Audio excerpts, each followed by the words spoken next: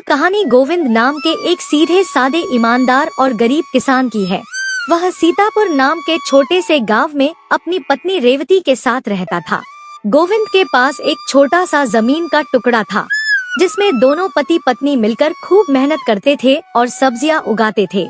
फिर गोविंद सब्जियों को गांव में घूम घूम कर बेचा करता था और किसी तरह से अपना और अपनी पत्नी का गुजारा करता था।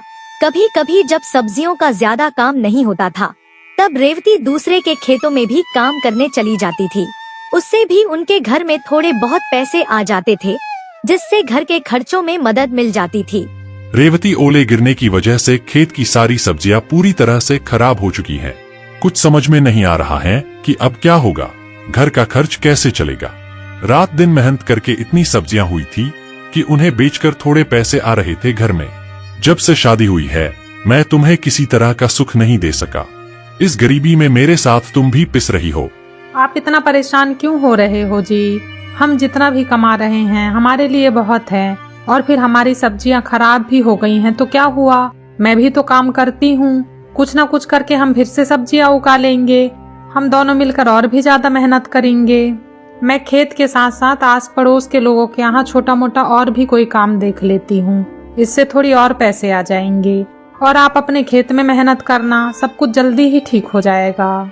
रेवती 2-3 दिन लगातार ओले गिरे हैं, जिससे सिर्फ हमारी ही नहीं पूरे गांव की फसल खराब हो गई है। सभी लोगों का बहुत नुकसान हुआ है, इसलिए यहाँ गांव में अब ज्यादा काम नहीं मिलेगा। और तुम तो पहले से ही खेत में काम कर रही हो, अब तुम किसी और के यहाँ काम करो, यह मैं नहीं देख पाऊंगा। हमारे पास जो भी पैसे थे मैंने इन सब्जियों को उगाने में लगा दिया था। अब दोबारा सब्जी उगाने के लिए पहले जितने ही पैसे चाहिए। रेवती, अब तो एक ही रास्ता बचा है, मैं कुछ समय के लिए शहर चला जाता हूँ। यहाँ दिन रात मेहनत करते हैं, लेकिन हमें सही से 2 वक्त की रोटी भी नसीब नहीं होती है। शहर में मेहनत करूंगा तो कम से कम पैसे तो ज्यादा मिलेंगे। कुछ पैसे जोड़कर लाऊंगा, फिर यहाँ कोई दूसरा काम कर लेंगे। पर आप शहर चले जाओगे तो मैं यहाँ अकेले कैसे रहूंगी? मैं भी आपके साथ चलती हूँ, एक से भले दो। दोनों मिलकर काम करेंगे तो ज्यादा पैसे आएंगे और हम जल्दी गांव भी वापस आ सकेंगे। मैं भी वहाँ कोई छोटा मोटा काम देख लूंगी और आपके खाने पीने की भी दिक्कत नहीं आएगी। तुम भी सही कह रही हो, और तुम यहाँ अकेली रहोगी तो मुझे तुम्हारी ही चिंता लगी रहेगी। तुम सामान बांध लो, मैं जाकर सोहन से थोड़ा पैसे उधार ले आता हूँ, ताकि शहर में काम देखते तक हमारे खाने पीने और रहने का इंतजाम हो जाए।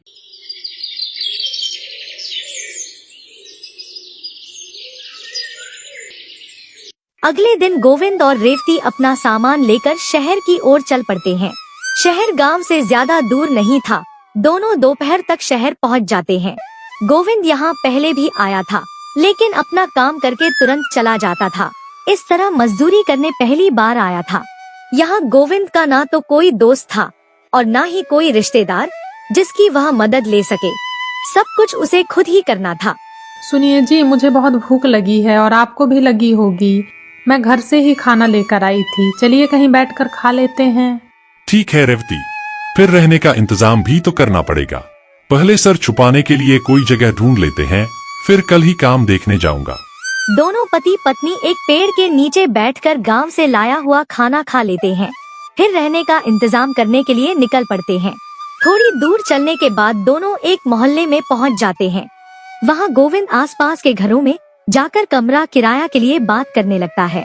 भाई साहब, यहाँ कोई कमरा किराया से मिल जाएगा क्या?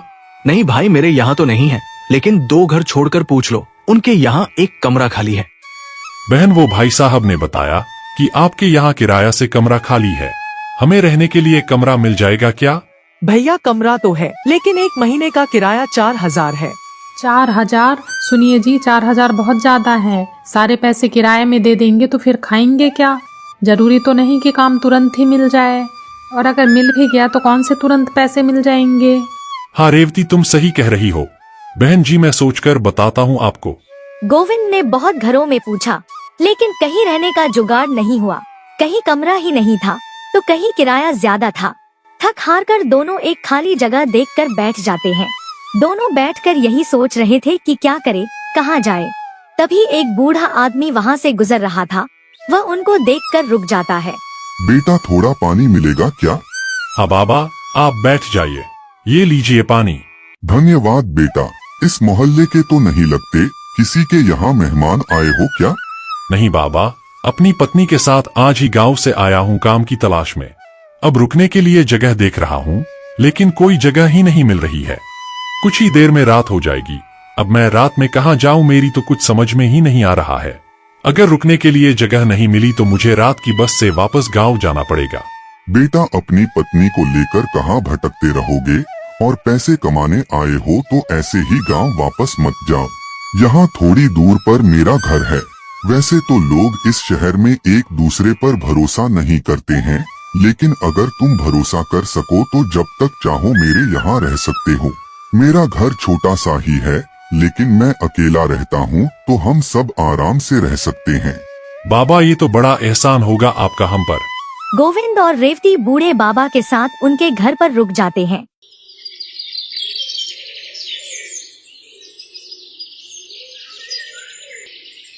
अगले दिन सुबह सुबह ही गोविंद काम की तलाश में निकल जाता है। उसी दिन उसे एक ढाबा में काम मिल जाता है। वह खुशी खुशी आकर रेवती और बूढ़े बाबा को बताता है। अगले दिन से ही गोविंद अपने काम पर जाने लगता है। कुछ दिन बाद रेवती को भी 2-4 घरों में साफ सफाई और खाना बनाने का काम मिल जाता है। गोविंद ढाबे में और रेवती दूसरों के घरों में, दोनों पूरी मेहनत से अपना काम कर रहे थे। दोनों अपनी कमाई का सिर्फ उतना ही हिस्सा खर्च करते हैं जितने की उन्हें जरूरत होती थी, और बचे हुए पैसे दोनों एक साथ जोड़कर रखते जाते हैं। इस तरह गोविंद और रेवती को काम करते करते पूरे 6 महीने बीत जाते हैं। रेवती इस शहर में काम करते करते पूरे 6 महीने बीत चुके हैं। अब इतने पैसे जुड़ चुके हैं कि हम गांव जाकर छोटा मोटा अपना खुद का धंधा कर सकते हैं। क्यों ना अब हम गांव वापस चले। इतने पैसों में हम लोग गांव में एक छोटी सी किराने की दुकान खोल सकते हैं। बाद में अपनी सब्जियों का धंधा भी धीरे धीरे शुरू हो ही जाएगा। इस तरह से वहां अपना गुजारा आराम से हो जाएगा। हाँ जी, आप बिल्कुल सही कह रहे हैं। मुझे भी गांव की बहुत याद आती है। आखिर इस अनजान शहर में हम और कितने दिनों तक रहेंगे। बाबा, आपका बहुत एहसान है हम लोगों पर।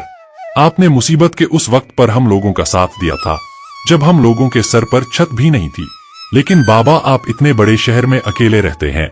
आप भी हमारे साथ गांव चलिए। आपको गांव में बहुत अच्छा लगेगा। वहां पर सभी एक दूसरे को जानते पहचानते हैं। आपको कभी भी अकेलापन महसूस नहीं होगा। हाँ बाबा, ये बिल्कुल सही कह रहे हैं। आप यहाँ पर अकेले क्या करेंगे? वहाँ पर हम दोनों रहेंगे और मैं आपकी अच्छी तरह से सेवा कर पाऊंगी। बेटा, इन 6 महीनों में तुम लोग बिल्कुल मेरे परिवार की तरह हो गए हो। आज अगर मेरे बेटा बहू जिंदा होते तो फिर मुझे किसी बात की चिंता ही नहीं होती, लेकिन भगवान ने उन्हें समय से पहले ही अपने पास बुला लिया। मुझसे भी अब तुम लोगों के बिना नहीं रहा जाएगा। अगर तुम लोगों को कोई दिक्कत नहीं है तो मैं भी तुम लोगों के साथ गांव चलूंगा। रेवती, हमारे गांव के दुकान वाले भैया इसी शहर से सामान लेकर जाते हैं। मैंने कई बार देखा है, शहर से सामान वाली गाड़ी जाती है और उनके दुकान में सामान छोड़कर आती है। मैं जाकर बड़ी किराना दुकानों में पता करता हूँ, फिर यहीं से दुकान के लिए सामान भी ले चलेंगे। गोविंद आसपास के कुछ लोगों से पूछता है, फिर उसे एक बड़ी किराने की दुकान मिल जाती है। गोविंद दुकानदार से बात करता है और उससे किराना दुकान का सामान गांव पहुंचाने को बोलता है। ठीक है भाई, आज तो कोई गाड़ी नहीं जा रही है। 2 दिन बाद तुम्हारे गांव एक गाड़ी जाएगी, तब मैं तुम्हारा सामान भी पहुंचा दूंगा। तुम मुझे सामान की लिस्ट बनाकर दे दो और पैसा जमा कर चले जाओ। गोविंद किराना दुकान के लिए सामान की लिस्ट बना कर दे देता है और पैसे भी जमा कर देता है। फिर अगले ही दिन तीनों गांव चले जाते हैं। गोविंद और रेवती दुकान के सामान का बेसब्री से इंतजार कर रहे थे।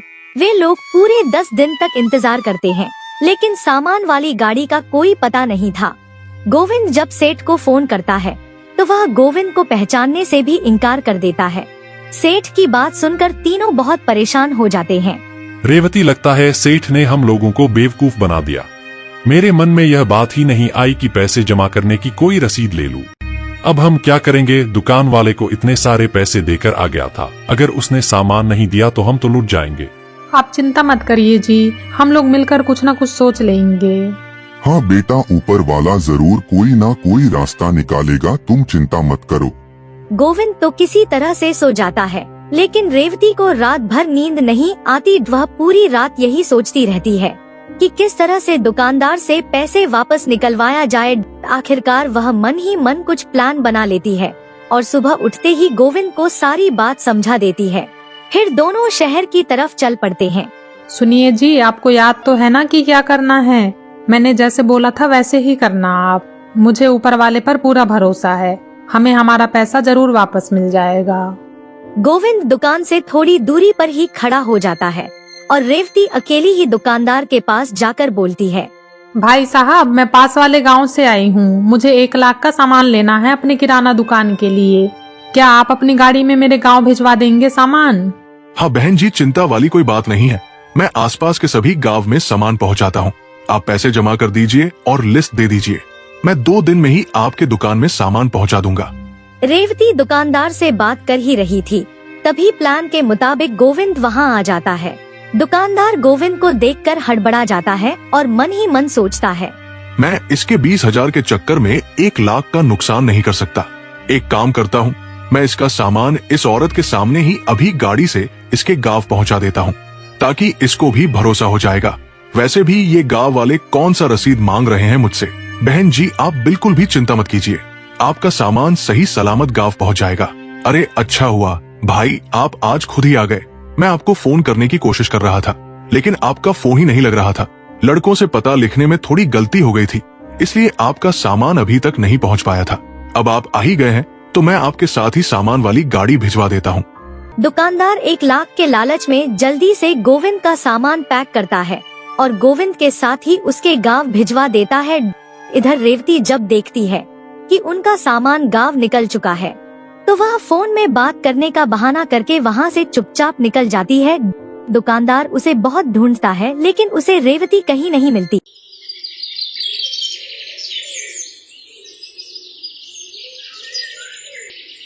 अगले दिन ही वे लोग छोटी सी किराने की दुकान खोल लेते हैं।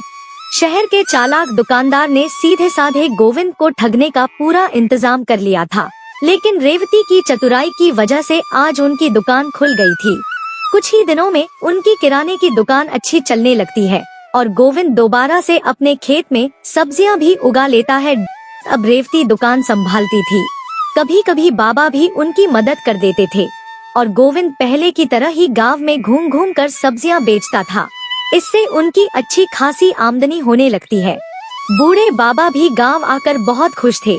गोविंद और रेवती के रूप में उन्हें अपने बेटा बहू फिर से वापस मिल गए थे। इस तरह बहुत सारी मुश्किलों के बाद तीनों खुशी खुशी रहने लगते हैं।